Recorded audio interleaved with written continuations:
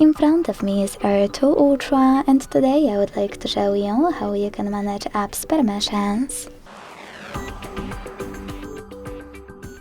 Begin by opening Settings and scrolling to click on Privacy section. Then select Permission Manager. Tap on one of your device's features you wish to manage and tap on one of your apps over here. Then select the best option for you and go back, or select an app, choose See All Permissions and manage all of those only for chosen app the same way. Thanks so much for watching. If you enjoyed this video, don't forget to leave a like, comment and subscribe. Bye!